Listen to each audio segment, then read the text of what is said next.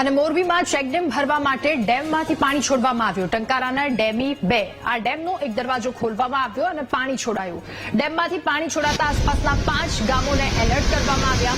મોરબીના 2 અને ટંકારાના 3 ગામોને એલર્ટ કરવામાં આવ્યા છે। ત્યારે પાણી છોડવામાં આવ્યું, સાથે સાથે આસપાસના વિસ્તારો, ગ્રામ્ય વિસ્તારો કે જ્યાંના લોકોને સતર્ક રહેવા માટે સૂચના પણ આપવામાં આવી છે। મોરબીના 2 અને ટંકારાના 3 ગામોને એલર્ટ કરાયા છે।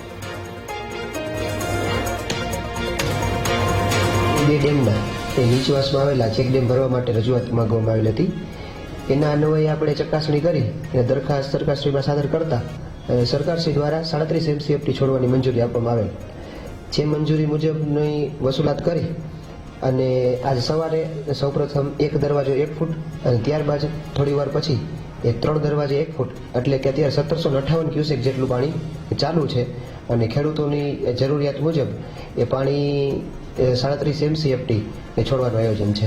એટલે આગામી દિવસોમાં કઈ રીતે ખેડૂતોને પાણી આપવાનું આયોજન આપણે અત્યારે કરવામાં આવ્યું છે? આ જે ડેમના દરવાજા છે એ આપણે ક્યાં સુધી ચાલુ રહેશે અને કેટલા ગામોને એલર્ટ કરાયા છે? આપણે નીચવાસમાં આવતા ગામો જેવા કે નસીબપર, નાના રામપર, મોટા રામપર, કોયલી, ખાનપર અને ચાચાપર જેવા ગામોને આપણે એલર્ટ કરેલ છે।